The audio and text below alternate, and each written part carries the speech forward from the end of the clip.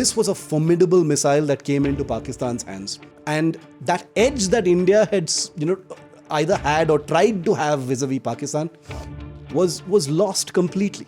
It was lost completely thanks just to the F-16s and the AMRAAM missiles. That's the reason why India in many ways was outmatched. Now, these are harsh realities and harsh truths. And once again, in every episode, we get taken to task online.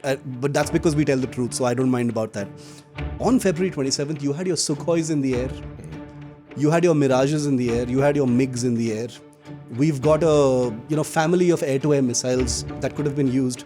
But those long-range AMRAAM shots being fired by F-16s pinned India down. I'm sure you've seen Top Gun Maverick. Of course. It took the levels of great movie. Let me put a disclaimer here. I loved the movie, but that's also because I knew what to expect when I went to watch it. I wasn't going there expecting to see a documentary. I went there expecting to eat popcorn and enjoying myself, and I did. Paisa vasool. But that last scene had me also cringing, right? With those F-18s, and I was like, what are these guys doing, man? Hello and welcome to the 20th episode of In Our Defense. Hi Shiv, how are you? All well, I hope. Very good. And now we're in the elections. Finally, it's begun. This elections always remind me about exams because the excruciating wait for exams is what wears everyone out. But once it begins, it ends really quickly. So that's what I'm looking forward to now. Though this cycle actually is going to take some while. I think there are seven weeks phases, of 1.5 months of agony of polling before we get to result days. In our wonderful summer weather. So that'll be fun, and that's going to keep us occupied. But as usual, and like we've said, like Shiv has said previously, that our dedication to our podcast remains steadfast. Yeah, we will never miss an episode. Yes, we will never miss an episode. Come what may. So this week, what do we want to talk about? So we've talked about the future of air combat. We've talked about what a future war would look like. Two separate episodes. One on the AMCA, sort of a futuristic airplane that India is currently developing, and one on the idea of a modern war, how it would be in maybe the next couple of decades. But when it comes to air combat, we haven't really focused on the present day, what actually happens in a current modern conflict, especially considering that you have a raging conflict between Russia and Ukraine. And the current Israel-Palestine conflict that's going on, which has also seen a lot of air power being used. So we'll talk about the Russia-Ukraine war a bit because it's a very interesting question over there when it comes to air force and air power. I want to talk to you about. But in the Indian context, what we're going to talk about is the idea of air-to-air missiles, the technology of air-to-air missiles rather, and how the modern dogfight, the modern air combat is mostly beyond visual range. We have referred to this term previously in one of our episodes when we discussed Balakot and the dogfight after that, which is also we'll talk about briefly on this episode as well. Why are we talking about the Indian context? So the DRDO is planning to develop and test. Sorry, it's already I think under development, but it's planning to test very soon Astra 2, which the Astra series is the Indian series of air-to-air missiles that are there on, I think, if I'm not wrong, the Tejas, the Sukhoi, and the MiGs, if I'm not wrong. Rafale, I think, has the European Meteor missile. You can confirm that when you talk about all these missiles. So Shiv, take us through this idea of air-to-air missiles, the idea of beyond visual range in the first place, what this tech is all about. Because when I was researching the evolution of air combat, it was quite funny that during World War I, you had pilots fighting with pistols in the air. So that imagery of a plane and a pilot pulling out a pistol and then firing it before the advent of machine guns on airplanes, and then you had World War II with bombings and dogfights. Then you had the Cold War, which is when the idea of BVR and air-to-air missiles came about. So tell us about this tech. What is the Astra missile and how does it compare to the US AMRAAM, the European Meteor, and the other missiles out there in the world? So if we go into the vintage air combat, we'll have a full season of In Our Defense just on that. It's an absolutely fascinating topic, and I'm sure at some point we'll go into it, because remember, the Indian Air Force has also has a vintage history, and it did go through an era when it flew biplanes and things like that. So they have their own taste with the vintage air combat. But the reason why today's episode is about air combat is because, like you said, Dave, the India's Defense Research and Development Organization, which is basically India's principal weapons developing agency, is about to test a very important weapon system called the Astra Mark II. Now, the Astra 2, as we call it, is basically set to be easily the most formidable air-to-air weapon system that India has ever developed. And that's not actually saying very much, because the Astra 1 is India's first air-to-air weapon system. India has never developed any air-to-air missile before that. The reason for that is because India's air-to-air weapons program has been dominated by imports, mostly from Russia. And also because the way in which India's air-to-air missiles have been acquired, like with so many other things, have been very piecemeal, unplanned, small things being replaced by another, no large-scale kind of integrated plan in terms of what India really wants to achieve. So that mess still kind of afflicts India's air-to-air power. But the Astra Mark II, and I'll very quickly sort of dip into the kinds of technologies we're talking about. Now, air-to-air missiles are broadly divided. There are many fascinating categories and divisions into which air-to-air missiles fall. Whether it is in terms of range, in terms of how they are guided, in terms of the kinds of seeker computers that they have on board to hit their targets. So there are like literally 20, 30 different categories of air-to-air missiles. But I will broadly, for the purposes of this podcast, I will say that air-to-air missiles are broadly, short-range air-to-air missiles, which are, between 500 meters to a kilometer, up to about 16 kilometers, is largely classified as what we call within visual range. It's your dogfight kind of range. Anything beyond that is either medium range or beyond visual range, which extends to anything from 20 kilometers to up to 200 kilometers and beyond.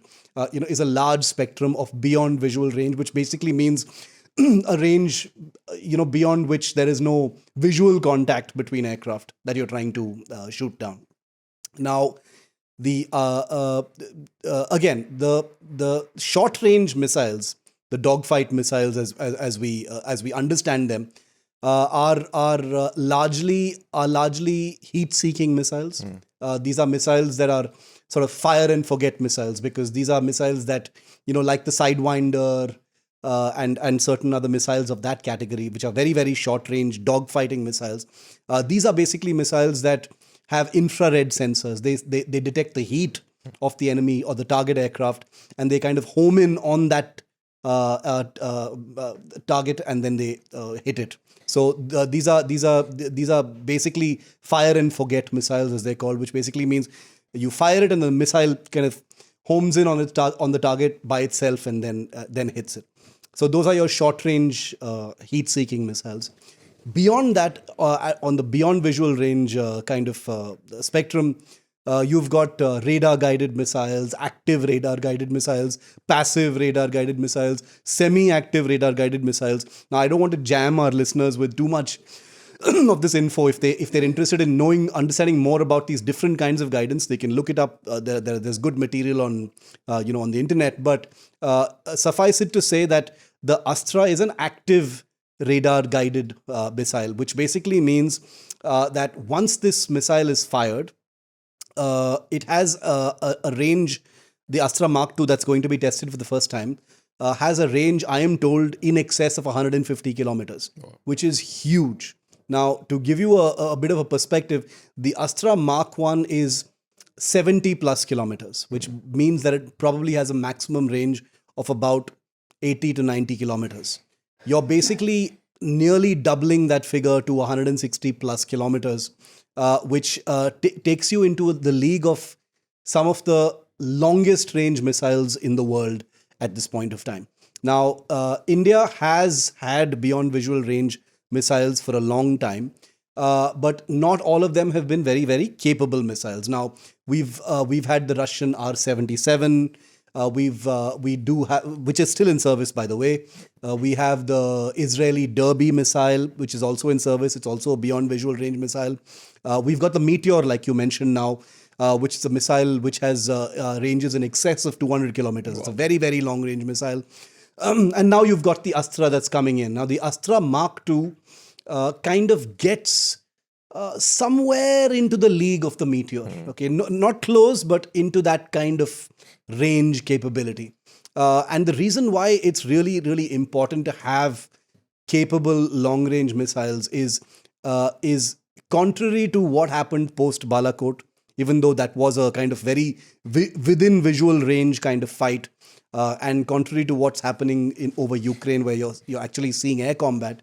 The future battles that India sees for itself are, if it comes down to aircraft versus aircraft kind of battles, they are going to be beyond visual range. So to sort of distill the essence of that, it basically means that the Air Force, which has the largest number of high performance, high capability, beyond visual range missiles that are capable of going the distance and not only going the distance and killing their targets, but for that Air Force to be able to detect targets at that range and successfully deliver and execute a kill at that range using those missiles. That's the Air Force that's going to have all the air power to bear in that. So this test is very, very important for India. Right. While you were saying that, a short thought came into my mind, sort of a tangent on the topic. But obviously, these missiles are damn expensive. Yeah. The Meteor definitely would be expensive. And Astra too, even though it's indigenous and we are developing it ourselves, even that will be expensive. How does the Air Force go about deciding of how many missiles do you want? I know you cannot reveal numbers out there. Those numbers will be classified. But what sort of strategy and planning and thought process goes into mind when deciding, okay, you have 36 Rafale fighter jets, which will be able to carry, I'm guessing, 2 per fighter. So how many do you want? Because you have to also calculate the possibility of, you having to use those missiles at some point, maybe during even a short skirmish, and the possibility of obviously a full-fledged conflict, a full-fledged war where they'll have to be used maybe at a very frequent rate. So one, that, and second, when you sign such deals, for example, when you sign a deal for the Rafale, do you also have sort of a backup deal key in case we run out of the missiles, you'll give us more missiles? Oh, absolutely. So you're right that these missiles like the Meteor, etc., are very, very expensive. But what we need to remember constantly keep in mind about procuring high performance weapon systems like the Meteor and the Rafale, they are that the success of these weapon systems is in them never having to be used. That is the success of them. The point of the Meteor, and I want our listeners to listen to this very carefully. The point of the Meteor is, or rather, the success of the Meteor is that the fear of it being used is enough for the aggressor not to mess with India. Okay, imagine I'm a Pakistani Air Force commander, base commander. And I'm thinking of sending my F-16s into the air very close to the LOC or near the border. I know for a fact that if I get my aircraft into the air, and if India gets triggered enough to put its Rafales into the air, my F-16s are going to be toast. Anything I put into the air is going to be toast, because I know for a fact that nothing I have in my arsenal, including my AMRAAMs, and I'll come to AMRAAMs in just a bit because they were a game changer for Pakistan after Balakot. Yes. But even with my AMRAAMs and other weapon systems that I have, nothing comes close to the kind of range and capability that the Meteor has. Wow. And therefore, I'm taking a huge risk by, escalating using air power. And therefore, that thought alone will make me think twice about putting my aircraft into the air in a show of strength against the Indian Air Force. And that is the success of the Meteor. So the Meteor, and this is a principle that I feel largely applies to any weapon system. The whole idea is deterrence. The whole idea is like, don't you dare make me use this weapon because you're going to regret it, and you know what this weapon can do. That's the essence of deterrence, right? The deterrence is like, let's not go there. Let's not go there is deterrence, right? So while we're your question is a very good one. So while procuring the Meteor, obviously, you anyway have a hard limit in terms of budget. You don't have an unlimited budget to buy huge numbers of these. But you certainly have an understanding in terms of how many of these missiles you will use in a kind of worst case scenario, or how many of these missiles you will need in a kind of medium case scenario. how many of these missiles you probably need for a kind of deterrent scenario in case there's an escalation like the post-Balakot skirmish and that kind of thing. How many missiles would you normally need to fire? The Rafale can carry more than 2. So those are all factors that go into it, and it's not a difficult decision. Remember that in air forces and militaries across the world, the real weapon is the spreadsheet. It's not the meteor. Okay, so they are governed not by the range of the meteor, but by kitna paisa mil raha hai MOD se. So those are very easy objectives to meet for the Air Force. They know itne mein itna milega. We can't be spending all our money on the meteor because we don't need only meteors. The meteor is like your silver bullet, right? You're not going to use your Brahmastra in every little air combat. You've got other cheaper, more capable missiles that will do the job with even greater effect. There will be missions where using the meteor actually makes no sense at all. Because you're not talking about those kinds of ranges. You might be facing a lesser enemy who doesn't have that kind of weapon system. So why waste a meteor in that respect? So figuring out how many to buy, etc., is the least of the Air Force's worries. They know how to do this. Yeah. In fact, that's one of the reasons for our listeners and viewers we are talking about this topic in the first place as well, because we've spent quite a few episodes talking about fighter jets and the development of fighter jets, but we keep forgetting that fighter jets, without their weaponry, they're nothing. Yeah. I mean, what do you do with the fighter jet if you don't have the missiles and etc. on them? So let's talk about that famous dogfight. We've touched upon this topic, but we focused mostly on the Balakot airstrike itself, which also, by the way, used a very like a high-tech sort of a system where, if I understand it correctly, just sort of a trivia for our listeners and viewers, is that the bombs were basically what are known as dud bombs. Yeah. They were not smart basically, but they were fitted with a kit that was known as Spice munition kit, developed by Israel, which is famous for being highly precise. It essentially makes a small hole in the roof of a building and then explodes inside the building, sort of ensuring the explosion is limited to that particular structure. And I think also the missiles were fired while the Mirages were in Indian air, as in they were over POK and not in Pakistani airspace, technical Pakistani airspace. And they hovered there, they released the bombs navigate themselves to the target, and then we knew what happened. We've talked about this in a previous episode. I want to come to the next day when, like you were saying, Pakistan did send across, we are not sure, they claim they did not, but there is speculation that there were some F-16s involved. Definitely Chinese fighter jets that they sent across into Indian territory. We sent up our MiGs and Sukhois, and then a dogfight happened. What happened? You must have spoken to the pilots. What happened? And tell us about that dogfight in the context of what we're talking about today. So Pakistan's credibility on that day is very, very low. Now, we all know, and we've spoken about this in a previous episode, Dave, about the raging kind of claim versus counterclaim war that had broken out over that day. I don't want to get into that because it kind of hits a dead end. There are a certain amount of things that we can safely assume, and since we in our defense believe in speaking naked facts without any embellishments, let's first speak of what all we know about what happened that day. We know for a fact that a MiG-21 was shot down. We know for a fact that Abhinandan was captured. We know for a fact that Pakistan F-16s were involved in that operation.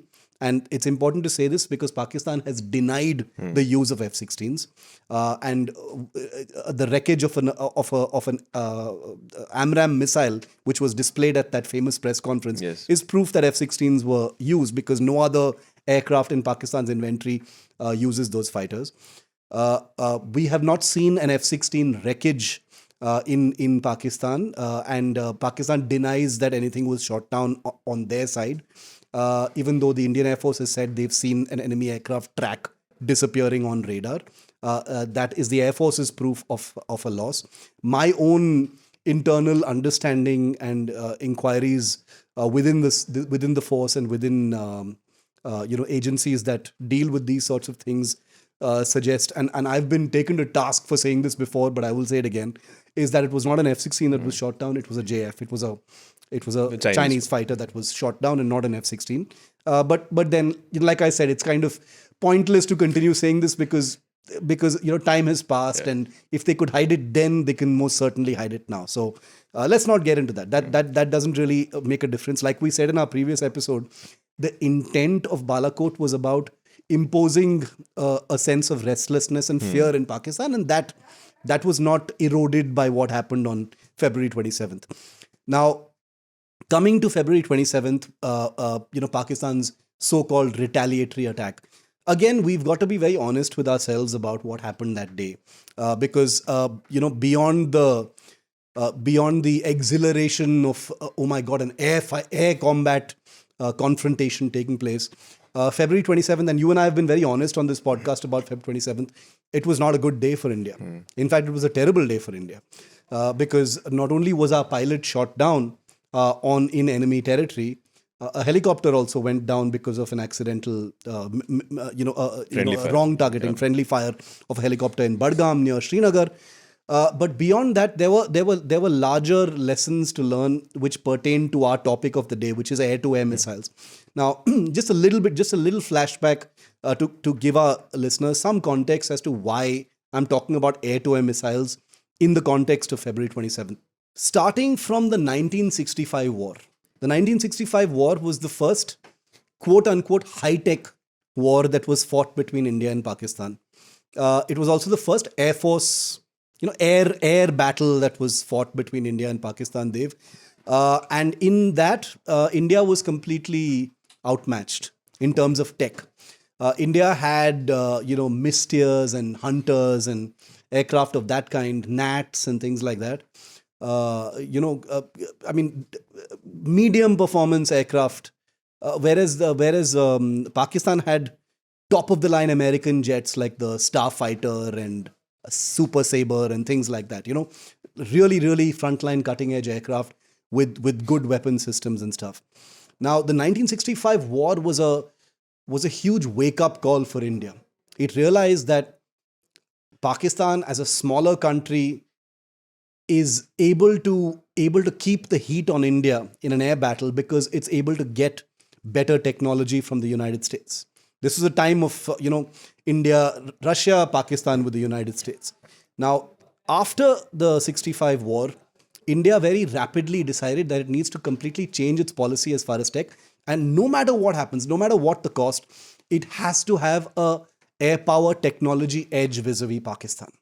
Now, that air power edge began to be seen during the 1971 war when we had MiG-21s and other kinds of aircraft that came into play, mostly the MiG-21 and certain other upgrades to existing aircraft. And that carried forward quite well for a long time. For the next two and a half decades, India insisted, despite its various problems in procurement, etc., when it came to aircraft and missiles, air-to-air missiles especially, India maintained, a slight edge over Pakistan, which it believed was necessary in case the balloon goes up. If it comes to a confrontation, an aerial battle confrontation, that little edge will save us. That little edge will make sure that we win the battle. And they were right about it, except that India fell into its own ways, old ways of piecemeal procurement, unplanned procurement, staggered acquisition, no integrated, holistic plan in terms of, predicting obsolescence of missiles and, for-planning replacement of old aging systems. As a result of which, the air-to-air missile category kind of got old. It kind of got obsolete. It wasn't paid enough attention. Because for a long time there was no air battle. Even post Kargil, even in Kargil, there was no air battle. There were no aircraft were not confronting each other during the Kargil war. So Pakistan, in the 2000s, early 2000s until 2010, was quietly trying to turn the tables on India on this specific element of air power. Interesting. And the game-changing technology that they got, I think 2008, 2010, were F-16s that were armed with AMRAAM missiles. Now, the AMRAAM missile is also called the AIM-120, is a beyond visual range, radar-guided, very, very capable air-to-air missile. It's the industry standard as far as the United States is concerned. It's a missile that's responsible for a lot of air-to-air kills across combat theaters. So this was a formidable missile that came into Pakistan's hands. And that edge that India had, either had or tried to have vis-a-vis Pakistan was lost completely. It was lost completely thanks just to the F-16s and the AMRAAM missiles. Because India did not. It's not, and it wasn't about range. India may have had missiles that had the same kind of range, but it's not just about range. The missile needs to be able to hit the target at that range. It needs to be able to be accurately guided till that target. So it's not just about, oh, he's got a 70-kilometer range missile, I've got a 130-kilometer range missile, so I'm safe. It's not. The AMRAAM was a much higher quality, formidably higher performance, devastatingly accurate and reliable air-to-air missile at its stated range. India had similar missiles from Russia, which were not as capable, not as reliable, not as formidable in terms of executing target destruction at those ranges. And therefore, aircraft to aircraft, there was no match. Suddenly they had F-16s with AMRAAMs, and we were left with pretty much nothing that could match that kind of capability. And that's the reason, coming back to February 27th, 2019, Dev, that's the reason why India, in many ways, was outmatched. Now, these are harsh realities and harsh truths. And once again, in every episode, we get taken to task online. But that's because we tell the truth, so I don't mind about that. On February 27th, you had your Sukhois in the air. You had your Mirages in the air. You had your MiGs in the air. We've got a family of air-to-air missiles that could have been used.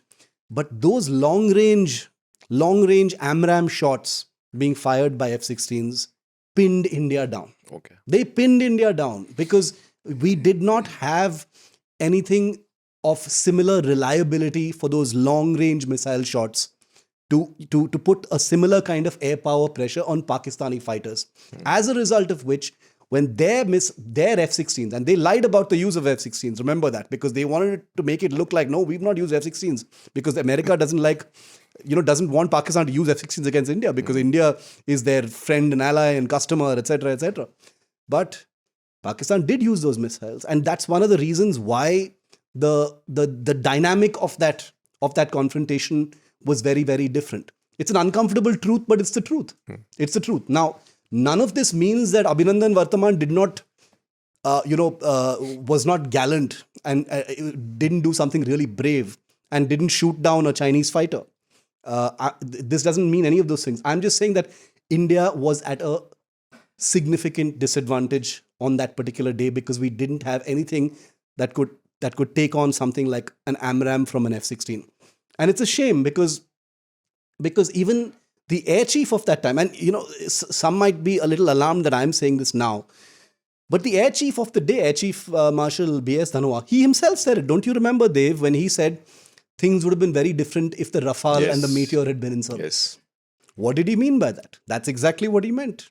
What he meant was, if we had that kind of reliable long-range missile, the effects of the AMRAAM and the F-16 would have been completely negated. And we would have had the edge. We would have had the leverage. We would have been holding all the strings on that particular day. But we didn't, because we didn't have a reliable counter weapon as far as the AMRAAM was concerned. So, there are many different, I don't want to oversimplify it's because of the AMRAAM that it turned out like that. I'm just saying that the AMRAAM has become the centerpiece of many of the things that India has done wrong over the years. We've failed to maintain, air power supremacy in terms of aircraft numbers. That's why we have squadrons depleting. We've failed to maintain weapon supremacy in terms of missiles, which is why for a whole decade, our friendly neighbors have had AMRAAMs and we've had nothing. Or we've just got, piecemeal. Let's get 1020 Derbys, let's get 1020 R-77s from Russia, let's get 1020 something else from somewhere else. Meanwhile, let's also develop the Astra. No integrated plan. You don't have an integrated plan. You should have two missiles. You should have two missile types. One short range, one long range, and just go big with it. But you've got, again, this kind of museum inventory of missiles like you do of aircraft. And therefore, there's no focused approach in terms of a kind of rationalized, standardized weapons approach. And all that manifested on February 27th, in my view. And I'm guessing all that can change if the Yeah. Astra 2 Mark 2 gets successfully tested in a few months and gets inducted into the Indian Air Force. We'll talk a bit more about present day air tech, what do present day fighters look, feel like, but after a quick break. This is pretty emotional in a way. There was this young girl so there's a surgery called hymen repair. Not a surgery that I like. It's basically a virginity restoration surgery. Yeah. This young girl, we'd done this surgery, and then she says, "Doc, can I hug you?" And I said, "Sure." I mean, it was a very unusual request. And she started crying. I said, "What happened?" "Just sit down." Gave her a glass of water. I said, "What's wrong?" And she said, "Today, years of guilt has been washed away." And I said, "There's no guilt. It's normal." And she said, "No, I was exploited when I was 6 by my dad's brother. And I've been carrying that weight on me. The shame. And today, it's over. So now I can move on with my life." Yeah. Imagine 15, 17 years of getting stuck.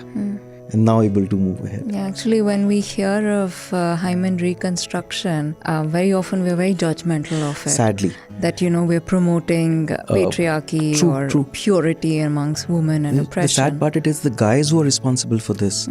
So when I get live on my digital media, I get a lot of hate comments when I talk of hymen repairs. The guys say that you're cheating the men. potential husband. Yes. And I say, you are the ones who are asking for it. How many guys have not had previous relationships, and you want a girl Who's a virgin. who's a virgin? Yeah. I mean, you are creating stupidity in this The society. demand for it, yeah. And there's no way to test a guy's virginity. Yeah. Welcome back. Shiv and I are talking about what air combat looks like in the present day. So not so much about the past, not so much about the future, which we normally keep talking about on this podcast. But today we're talking just about today, basically. So we've discussed air-to-air missiles. We've discussed the India's legacy of shortfall when it comes to air-to-air missiles in terms of the adequate technology, if not numbers, and how the Balakot dogfight was perhaps the perfect example of that.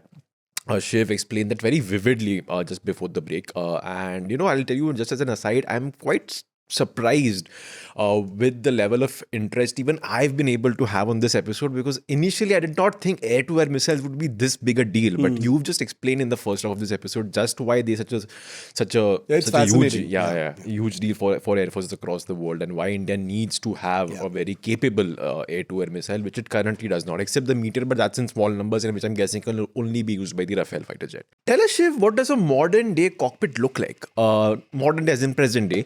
You've flown the Tejas. I'm not sure which other Indian Air Force jets you've flown, or something similar during your several I wouldn't say missions, but assignments. Yeah, that's a better word for a journalist. What does a modern day cockpit look like? What does a modern day pilot do? How many buttons are there? And there's also this fascinating tech. And when I was researching all these air-to-air missiles, there is some tech also about a missile that is fired and then also controlled when it's going towards the target to make last minute maneuvers so that it actually hits the target. I'm not sure if it's controlled by the pilot in the cockpit or maybe someone on the ground. Similarly, you had once discussed the idea of fighter jets shooting or at least carrying drones with them, which are also operated by the pilot. So what does a modern day pilot do? And isn't this too much? Like, you're also bloody flying at the speed of sound. So while doing that, you're doing all these things. What is it like? It's incredible. The modern cockpit, the smart cockpit of today's fourth generation, fifth generation fighters are incredible, because the pilot is not just flying the plane is just one small part of the whole thing. In fact, the whole idea of modern cockpit design, from a paradigm of air power and how effective one single fighter jet can be, is to kind of relieve the pilot of the mundane tasks of flying.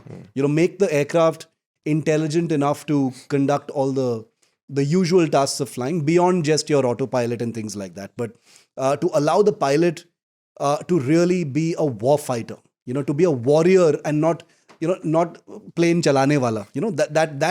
That changed quite. It's not a new concept. It's happening since the 70s.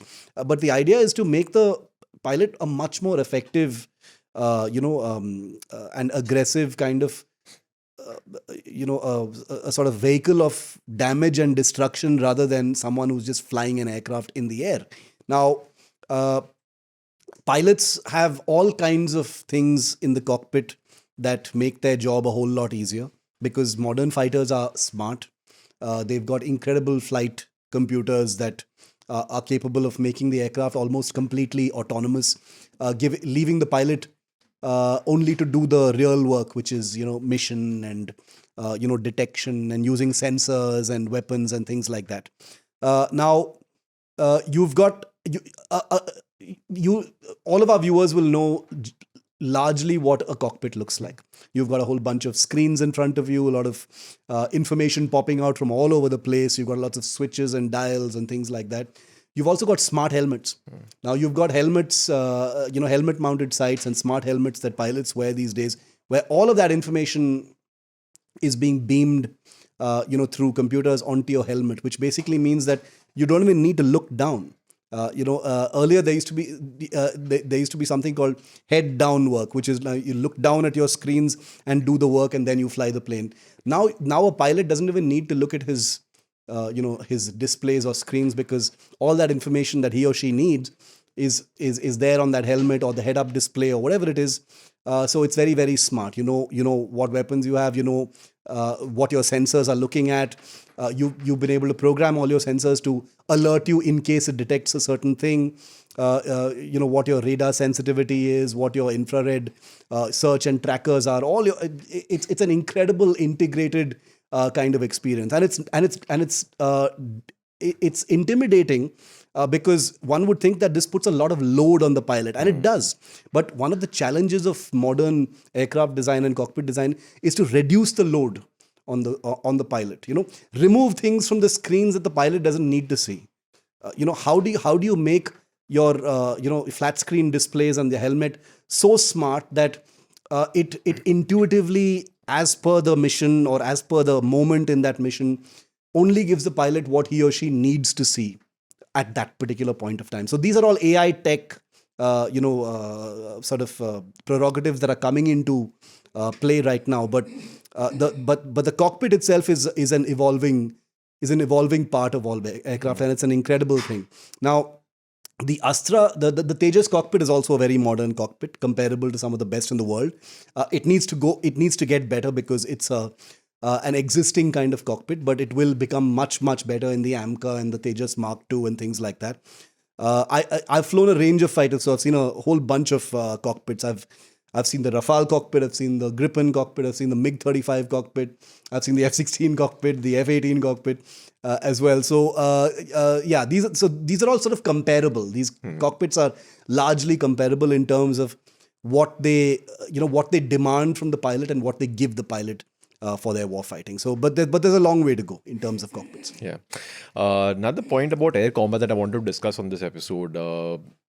It's not really offense, it's defense. Because I got a bit confused, and this is a very small point, so I knew we could not do a separate episode on it altogether.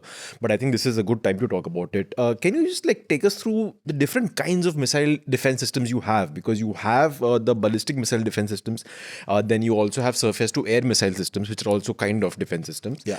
India, for example, I just researched, has broadly three big classes. You have the Prithvi air defense, you have the Samar air defense, and you have the Russian S-400 air defense. What are these different systems? How do they work? And basically that. What are these different systems?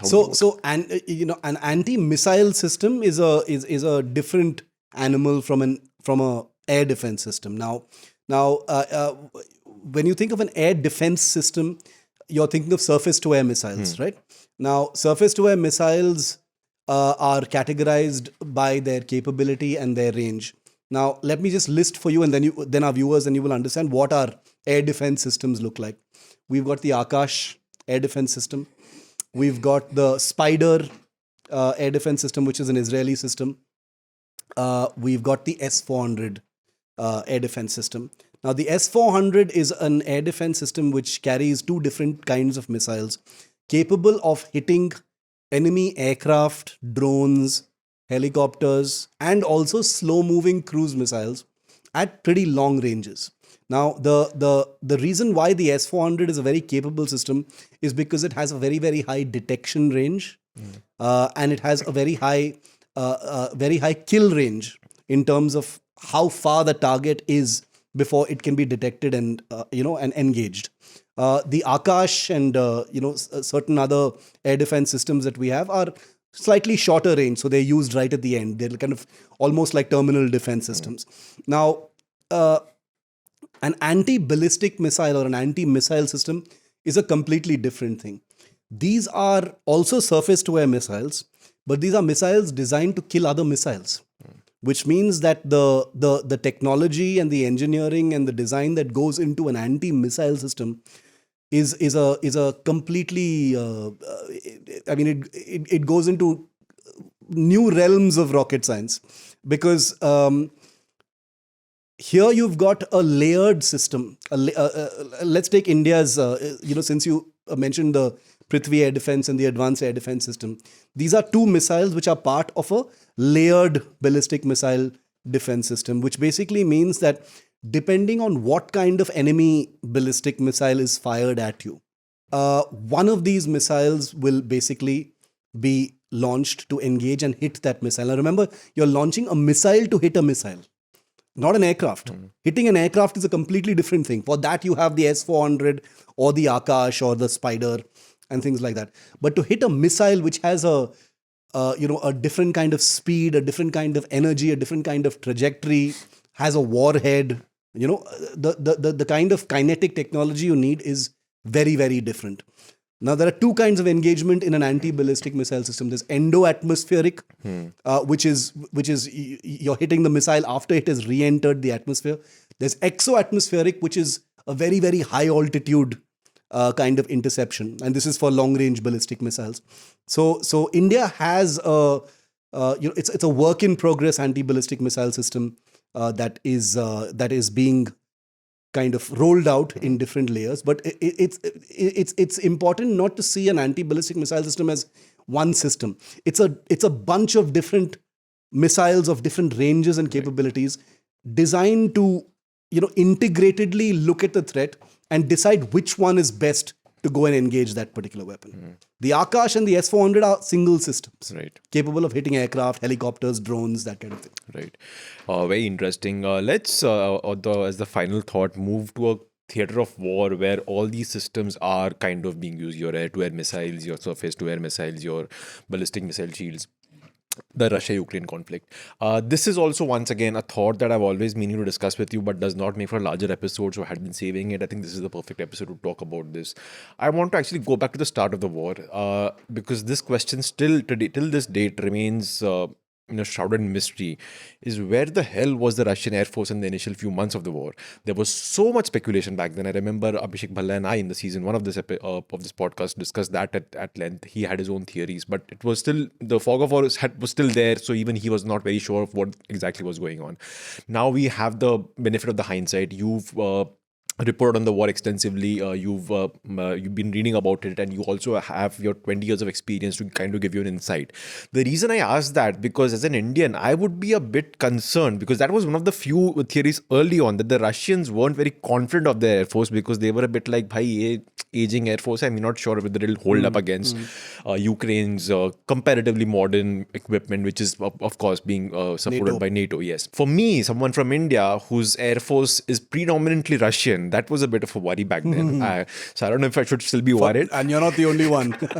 So anyway, I want your, before you tell us what's been happening over the Russian-Ukraine airspace of the last couple of months, can you go back to the start of the war and give us your theory on where the hell was the Air Force? Look, see, the Russian objective in Ukraine, was to completely sort of cut the country into and to establish territorial dominance over the eastern Donbas region, and to kind of bring Ukraine to its knees using conventional power.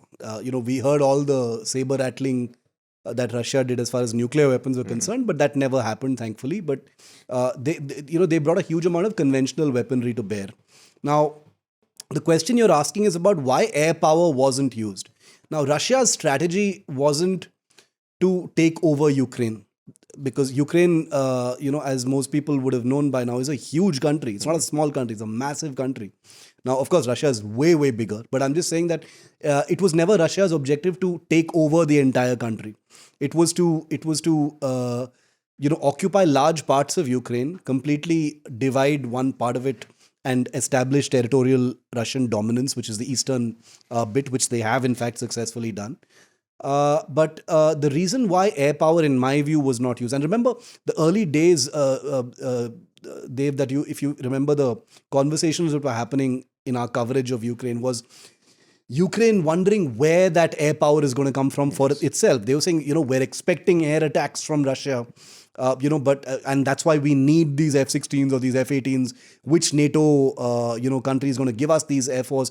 If NATO doesn't impose a no-fly zone, we're going to be doomed because Russia has got a huge air force. They're going to bring their fighters. You remember that whole no-fly zone wala tamasha that was running around that time. Now, in my view, the Russians didn't. Of course, they use some air power, but most of their air power, as it were, was in the form of missiles. They were using long-range missiles, to basically do the same job that combat aircraft would have done. Now, there was no air power in Ukraine fighting back. Okay, there were no fighters fighting back in Ukraine.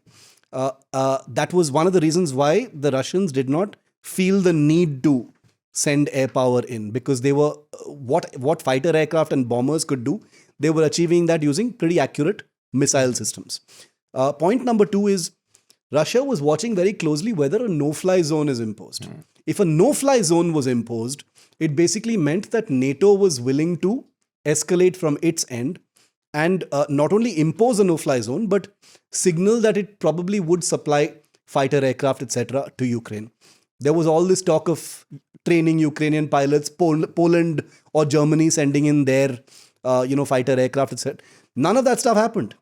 In the 2 years since the war began in Ukraine, not a single fighter aircraft has come in from NATO to these guys, apart from some training that has taken place. All this talk has happened. But what did happen for Ukraine right from the start was this absolute flood of anti-aircraft weaponry. And the great thing about NATO is, unlike a lot of Russian military equipment, NATO equipment is, in terms of quality, there are no questions. They've got by far the best equipment, and you suddenly had a battered military and a battered nation that was suddenly flooded with very, very high performance anti-air and air defense equipment, apart from anti-tank, which they used very effectively. So you had a suboptimal air power threat from Russia, because most of the air power was coming through missiles, through attack helicopters and things like that. And you had this arsenal of fantastic weapons that are designed to bring down jets and aircrafts and things like that, with nothing to fire them at. And Russia realized, okay, so it was a good idea not to put our fighters in. By which time, many of their objectives had been met. Many of them hadn't been met. It had become a kind of grinding, war of attrition, of damage, where, Russia was also getting frustrated. Ukraine was like beyond damaged. And that's the reason why I feel, Putin made that decision not to bring air power in right at the start. Because let's remember, it may have actually been a good decision, because Ukraine caught Russia off guard in many, many ways. So many of their helicopters and transport aircraft and so many things have been shot down. 3 AWACS have been shot down so far, and stuff. So I think it was a calculated tactical move not to bring in sort of conventional air power right at the start. And I'm guessing what you said just underlines your earlier message. Even that was more about air-to-air missiles. But the fact that if you have such capable equipment, whether it's your air-to-air missiles or whether it's a surface-to-air missile systems like the NATO's, then the deterrence that they provide is what is useful at the end of the day, and 100%. Not their actual use. Yeah. Right. So we'll end it there. But a trivia question before we go away.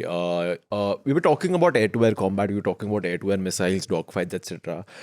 Almost every fighter movie I've seen has this typical sequence of events when it comes to air-to-air missile firing, which is that you have this pilot struggling to find that plane lock, on his yeah. the lock, the green for that thing to like lock onto it, turn green, and this I have tone, and then they hit the missile and it just goes, and then sometimes it hits, sometimes there's flares, Yeah. sometimes you have pilots going towards a mountain and then just going 90 degrees upstairs, Evasive and then, maneuvers, and then the missile going into the mountain. And you have this, I don't know how many number of bullets flying in form of machine gun. That I've always wondered, bhai, bullets khatam nahi hoti kya? Like because machine guns are fast. In 1 minute, I don't know how many hundreds of bullets would be fired. So they just keep firing for God knows how long, as though they have some invisible amounts of bullets on board. How accurate are these sequences when it comes to actual air-to-air combat when it comes to modern day? And second, as a personal favorite, your personal favorite Air Force movie of all time? Okay, so I think obviously air combat movies are a whole lot of masala. Okay, there's no way in hell that much ammunition exists in an aircraft. There's no way in hell that missions last that long in the air. If I'm sure you've seen Top Gun Maverick. Of course. I mean, it took the levels of great movie. Let me put a disclaimer here. I loved the movie, but that's also because I knew what to expect when I went to watch it. I wasn't going there expecting to see a documentary. I went there expecting to eat popcorn and enjoying myself, and I did. Paisa vasool, right? But that last scene had me also cringing, right? With those F-18s, and I was like, "What are these guys doing, man?" But like I said, it was fabulous. So no, there are no. Let me say this really, there are no fighter aircraft movies that have depicted anything close to realism, and I don't blame them for it because much as we like to think as air combat as this terribly exciting things, most of air power is a very mundane kind of work.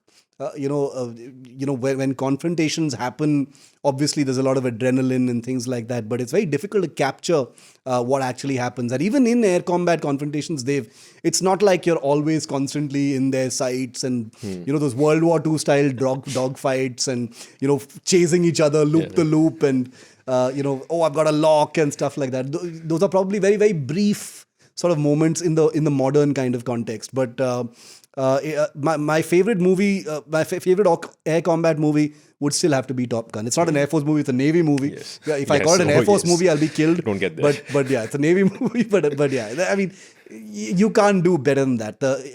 Top Gun kind of laid the template for the machismo of the fighter pilot and air power and that whole kind of Cold War. Yep. That delicious Cold War ethic. You can't do better than that. Yeah. I know for a fact that many movies have been made on air power, which contain fabulous depictions of things. At the risk of pushing Top Gun aside, there's a movie called Behind Enemy Lines. Yes, with Owen Wilson. Yes. The movie is not an Air Force movie, but there is this fabulous sequence of a fighter aircraft being chased by a surface-to-air missile. Yes. And it's a long sequence of that pilot using evasive maneuvers to try and rid himself of an aircraft, and finally he has to eject into enemy territory. I recommend to our viewers, go watch that movie just for that sequence. The movie itself is pretty crappy, but that sequence is amazing. Yeah, and good save back there where you said Top Gun is a Navy movie. Because you've already managed to piss off Air Force pilots in a previous episode. Not twice. So yeah. Right, I think we'll end it there. Great chat, Shiv, once again. And once again, quite surprised with just how you were able to explain the importance of air-to-air missiles and what the upcoming Astra Mark II will do for the Indian Air Force. So great. Thanks, Shiv. Thanks to our listeners and viewers as always. And always thanks to our producer, Anna Priyadarshini. That's it for this week's Defense Dose. For more, tune in next week. Till then, stay safe and do not cross any boundaries with your passport. Bye-bye.